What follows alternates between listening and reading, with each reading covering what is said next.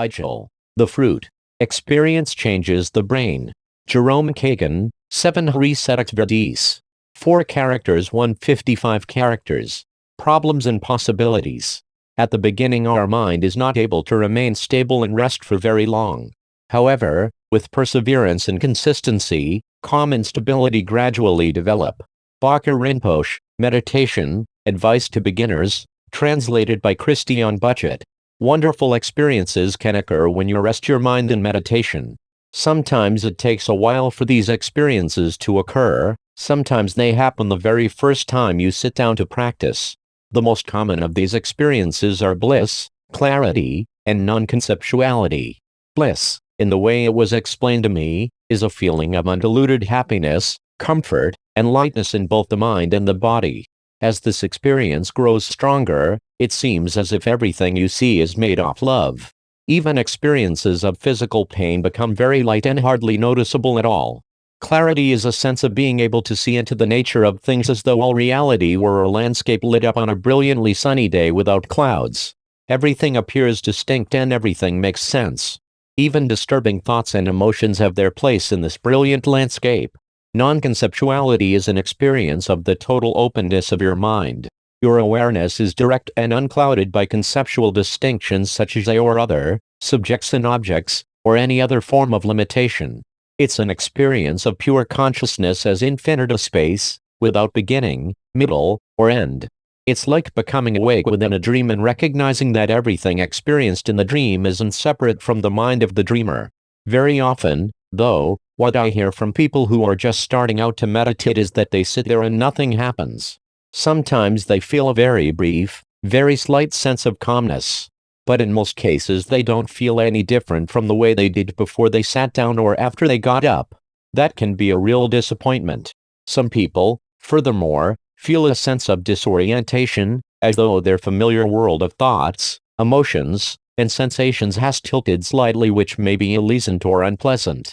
As I've mentioned before, whether you experience bliss, clarity, disorientation, or nothing at all, the intention to meditate is more important than what happens when you meditate. Since mindfulness is already present, just making the effort to connect with it will develop your awareness of it. If you keep practicing, gradually you might feel a little something, a sense of calmness or peace of mind that is slightly different from your ordinary state of mind. When you begin to experience that, you'll intuitively understand the difference between the distracted mind and the undistracted mind of meditation. In the beginning, most of us aren't able to rest our minds in bare awareness for a very long time at all.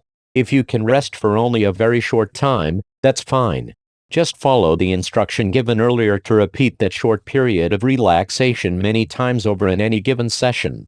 Even resting the mind for the time it takes you to breathe in and breathe out is enormously useful. Just do that again and again and again. Conditions are always changing, and real peace lies in the ability to adapt to the changes. For example, suppose you're sitting there focusing calmly on your breathing and your upstairs neighbor starts vacuuming, or a dog starts barking somewhere in the vicinity. Maybe your back or your legs start to hurt, or maybe you feel an itch. Or maybe the memory of a fight you had the other day pops into your head for no apparent reason. These things happen all the time, and that's another reason why the Buddha taught so many different methods of meditation. When distractions of this sort occur, just make them a part of your practice. Join your awareness to the distraction. If your breathing practice is interrupted by the noise of a dog barking or a vacuum cleaner, switch to sound meditation, resting your attention on the noise. If you feel pain in your back or legs, bring your attention to the mind that feels the pain. If you have an itch, go ahead and scratch it. If you ever have a chance to sit in a Buddhist shrine room while a lecture or a chanting practice is taking place, you'll undoubtedly see the monks restlessly scratching themselves, shifting on their cushions, or coughing. But, chances are, if they've taken their training seriously enough, they're shifting around, scratching, and so on mindfully for characters, bringing their attention to the sensation of the itch, the sensation of scratching it, and the relief they feel when they're done scratching. If you're distracted by strong emotions, you can try focusing, as was taught earlier, on the mind that experiences the emotion. Or you might try switching to Tonglen practice, using whatever you're feeling: anger, sadness, jealousy, desire for, characters, as the assist for the practice. At the opposite end of the scale, a number of people I know find their minds getting foggy or sleepy when they practice. It's such an effort just to keep their eyes open and their attention focused on what they're doing. The thought of giving up for the day and flopping down in bed seems very tempting. There are a couple of ways to deal with this situation.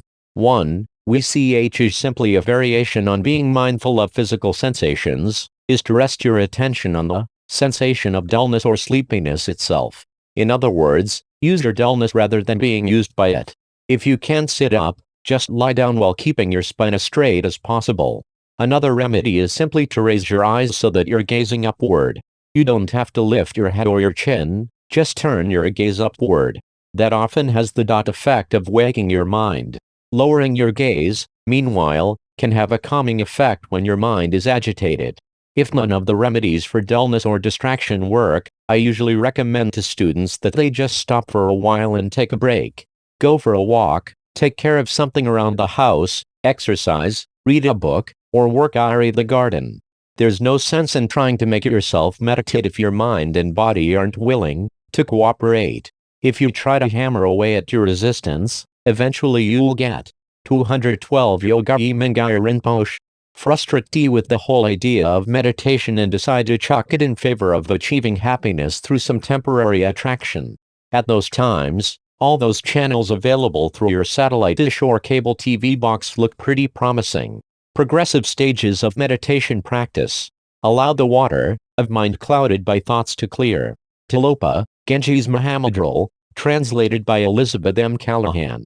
When I first began meditating, I was horrified to find myself experiencing more thoughts, feelings, and sensations than I had before I began practicing. It seemed that my mind was becoming more agitated rather than more peaceful. Don't worry, my teachers told me. Your mind isn't getting worse. Actually, what's happening is that you're simply becoming more aware of activity that has been going on all the time without your noticing it. The waterfall experience. They explain this experience through the analogy of a waterfall suddenly swollen by a spring thaw. As melting snow floods down from the mountains, they told me, all sorts of stuff gets stirred up. There might be hundreds of rocks, stones, and other elements flowing through the water, but it's impossible to see them all because the water is rushing by so quickly, shaking up all sorts of debris that clouds the water, and it's very easy to become distracted by all that mental and emotional debris. They taught me a short prayer known as the Dorje Changtungma, which I found very helpful when my mind seemed overwhelmed by thoughts, emotions, and sensations. Part of it, roughly translated, goes like this. The body of meditation, it said, is non-distraction. Whatever thoughts are perceived by the mind are nothing in themselves. Help this meditator who rests naturally in the essence of whatever thoughts arise to rest in the mind as it naturally is. In working with many students around the world, I've observed that the waterfall experience is often the first one people encounter when they begin to meditate. There are actually several common reactions to this experience, and I've experienced them all. In a sense, I consider myself fortunate, because having experienced these stages has enabled me to develop greater empathy toward my students. At the time, though, the waterfall seemed like a terrible ordeal. The first variation involves trying to stop the waterfall by deliberately trying to block thoughts, feelings, and sensations in order to experience a sense of calmness, openness, and peace. This attempt to block experience is counterproductive, because it creates a sense of mental or emotional tightness that ultimately manifests as a physical strain, especially in the upper body. Your eyes roll upward, your ears become taut, and your neck and shoulders become abnormally tense.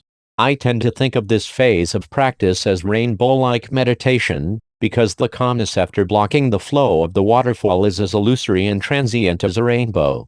Once you let go of trying to impose an artificial sense of calmness, you'll find yourself confronting the raw waterfall experience, in which your mind is carried away by various thoughts, feelings, and sensations you may previously have tried to block. This is generally the kind of oops experience described earlier in Part TWO, in which you start trying to observe your thoughts, feelings, and sensations, and then get carried away by them. You recognize you've been carried away, and you try to force yourself back to simply observing what's going on in your mind. I call this the hook form of meditation, in which you try to hook your experiences, and feel some regret if you allow yourself to be carried away by them instead. There are two ways to deal with the hook situation. If your regret over letting yourself be carried away by distractions is really strong, then just let your mind rest gently in the experience of regret. Otherwise, let go of the distractions and rest your awareness in your present experience. You might, for example, try bringing attention to your physical sensations. Perhaps your head is a little bit warm, your heart is beating a little faster, or your neck or shoulders are a little tense. Just rest your awareness on these or other experiences that occur in the present moment. You might also try simply resting with bare attention as discussed in parts 1 and 2 in the rush of the waterfall itself. However you deal with it, the waterfall experience provides an important lesson in letting go of preconceived ideas about meditation. The expectations you bring to meditation practice are often the greatest obstacles you will encounter. The important point is to allow yourself simply to be aware of whatever is going on in your mind as it is. Another possibility is that experiences come and go too quickly for you to recognize them. It's as though each thought, feeling, or sensation is a drop of water that falls into a large pool and is immediately absorbed. That's actually a very good experience. It's a kind of objectless meditation, the best form of calm abiding practice. So if you can't catch every drop, don't blame yourself, congratulate yourself, because you've spontaneously entered a state of meditation that most people find hard to reach. After a little bit of practice, you'll find that the rush of thoughts, emotions, and so on begins to slow, and it becomes possible to distinguish your experiences more clearly. They were there all the time, but as in the case of a real waterfall, in which the rush of water stirs up so much dirt and sediment, you just couldn't see them. Likewise, as the habitual tendencies and distractions that normally cloud the mind begin to settle through meditation, you'll begin to see the activity that has been going on all the time just below the level of ordinary awareness. Still, you might not be able to observe each thought, feeling, or perception as it passes, but only catch a fleeting glimpse of it, rather like the experience of having just missed a bus, as described earlier. That's okay, too. That sensation of just having missed observing it though or feeling is a sign of progress, an indication that your mind is sharpening itself to catch traces of movement, the way a detective begins to notice clues. As you keep practicing, you'll find that you're able to become aware of each experience more clearly as it occurs. The analogy my teachers provided to describe this phenomenon was that of a flag waving in a strong wind. The flag shifts and moves constantly, according to the direction of the wind. The movements of the flag are like the events whipping through your mind, while the flagpole is like your natural awareness, straight and steady, never shifting, anchored to the ground. It doesn't move, no matter how strong the wind that whips the flag in a direction or another. One river experience. Gradually, as you continue to practice, you'll inevitably find yourself able to clearly distinguish the movements of thoughts, emotions, and sensations through your mind. At this point you've begun to shift from the waterfall experience to what my teachers call the river experience, in which things are still moving, but more slowly and gently. One of the first signs that you've entered the river phase of meditation experience is that you'll find yourself occasionally entering a state of meditative awareness without much effort, naturally joining your awareness with whatever is going on inside or around you. And when you sit in formal practice, you'll have clearer experiences of bliss, clarity, and non-conceptuality. Sometimes the three experiences occur simultaneously, and sometimes one experience is stronger than the other two. You may feel that your body is becoming lighter and less tense. You may find that your perceptions are becoming clearer and, in a way, more transparent, in that they don't seem so heavy or oppressive as they may have felt in the past. Thoughts and feelings don't seem so powerful anymore. They become infused with the juice of meditative awareness, appearing more like passing impressions than absolute facts. When you enter the river, you'll find your mind becoming calmer. You'll find yourself not taking its movements so seriously, and as a result you'll find yourself spontaneously experiencing a greater sense of confidence and openness, which won't be shaken by who you meet, what you experience, or where you go. Even though such experiences may come and go, you'll begin to sense the beauty of the world around you. Once that starts to happen, you'll also begin to discern any gaps between experiences. At first the gaps will be very short, just fleeting glimpses of non-conceptuality or non-experience.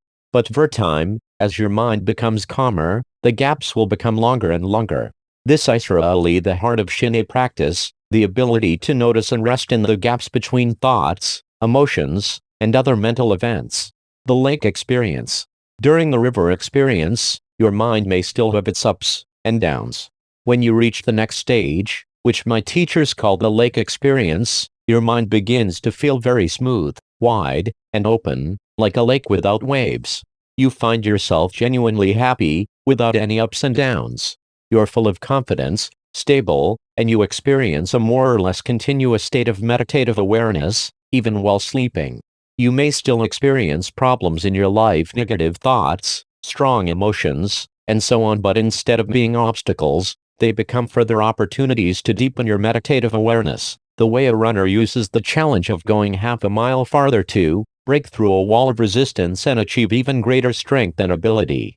At the same time, your body begins to feel the lightness of bliss, and your clarity improves so that all your perceptions begin to take on a sharper, almost transparent quality, like reflections in a mirror. While the crazy monkey mind may still pose a few problems during the river phase of experience, when you reach the lake stage, the crazy monkey has retired. A traditional Buddhist analogy for progressing through these three stages is a lotus rising from the mud. A lotus begins to grow from the mud and sediment at the bottom of a lake or pond, but by the time the flower blooms at the surface, it bears no trace of mud. In fact, the petals actually appear to repel filth. In the same way, when your mind blossoms into the lake experience, you have no trace of clinging or grasping, none of the problems associated with samsara.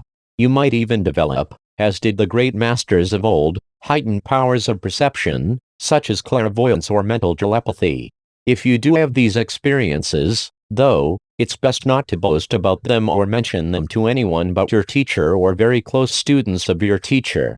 In the Buddhist tradition, people don't talk much about their own experiences and realizations, mostly because such boasting tends to increase one's own sense of pride and can lead to misuse of the experiences to gain worldly power or influence over other people, which is harmful to oneself and to others.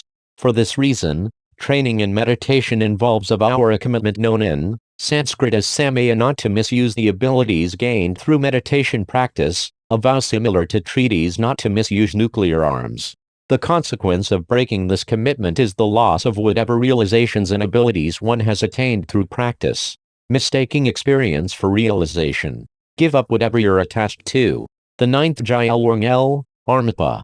Mahia Mudriyai, The Ocean of Definitive Meaning, translated by Elizabeth M. Callahan. Although the lake experience may be considered the crown of Shin practice, it is not in itself realization or full enlightenment. It's an important step along the way, but not the final one. Realization is the full recognition of your Buddha nature, the basis of samsara and nirvana, free from thoughts, emotions, and the phenomenal experiences of sense consciousness and mental consciousness, free from dualistic experiences of self and other, subject and object, infinite in scope, wisdom, compassion, and ability. My father once told a story about a time when he was still living in Tibet. One of his students, a monk, went up to a mountain cave to practice. One day the monk sent my father an urgent message to come visit him. When my father arrived, the monk excitedly told him, "I've become totally enlightened. I can fly. I know it. But, since you're my teacher, I need your permission." My father recognized that the monk had merely had a glimpse and experience of his true nature, and told him quite bluntly, "Forget about it. You can't fly." "No, no," the monk excitedly replied. "If I jump from the top of the cave." "No," my father interrupted. They argued back and forth like that for a long while, until the monk finally broke down and said, "Well, if you say so, I won't try." Since it was approaching noon, the monk offered my father lunch. After serving my father, the monk left the cave, and quite soon afterward, my father heard a strange noise, a kind of lump, and then, from far below the cave, came a wail, "Please help me. I've broken my leg." My father climbed down to where the monk lay, and said, "You told me you were enlightened. Where is your experience now? Forget about my experience." The monk cried, "I'm in pain." Compassionate as always, My father carried the monk to his cave, splinted his leg, and gave him some Tibetan medicine to help heal his injury. But it was a lesson the monk never forgot. Like my father, my other teachers were always careful to point out the distinction between momentary experience and true realization. Experience is always changing, like the movement of clouds against the sky. Realization, the stable awareness of the true nature of your mind, is like the sky itself, an unchanging background against which shifting experiences occur. In order to achieve realization, the important thing is to allow your practice to evolve gradually, beginning with very short periods, several times a day. The incremental experiences of calmness, serenity, and clarity you experience during these short periods will inspire you, very naturally, to extend your practice for longer periods. Don't force yourself to meditate when you're too tired or too distracted. Don't avoid practice when the small, still voice inside your mind tells you it's time to focus. It's also important to let go of any sensations of bliss, clarity, or non-conceptuality you may experience.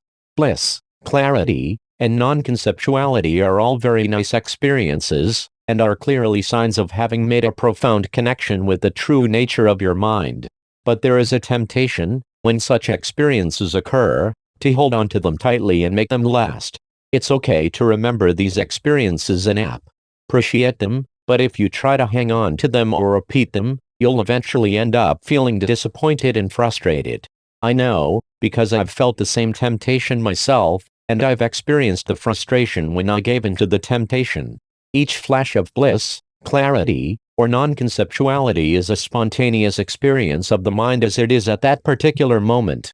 When you try to hold on to an experience like bliss or clarity, the experience loses its living, spontaneous quality. It becomes a concept, a dead experience. No matter how hard you try to make it last, it gradually fades. If you try to reproduce it later, you may get a taste of what you felt, but it will only be a memory, not the direct experience itself.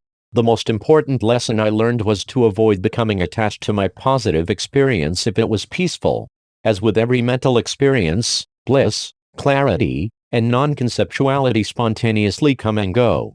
You didn't create them, you didn't cause them, and you can't control them. They are simply natural qualities of your mind. I was taught that when such very positive experiences occur to stop right there, before the sensations dissipate. Contrary to my expectations, when I stopped practicing as soon as bliss, clarity, or some other wonderful experience occurred, the effects actually lasted much longer than when I tried to hang on to them. I also found that I was much more eager to meditate the next time I was supposed to practice. Even more important, I discovered that ending my meditation practice at the point at which I experienced something of bliss, clarity, or non-conceptuality was a great exercise in learning to let go of the habit of dzimpa, or grasping. Grasping or clinging too tightly to a wonderful experience is the one real danger of meditation, because it's so easy to think that this wonderful experience is a sign of realization. But in most cases it's just a passing phase, a glimpse of the true nature of the mind, as easily obscured as when clouds obscure the sun.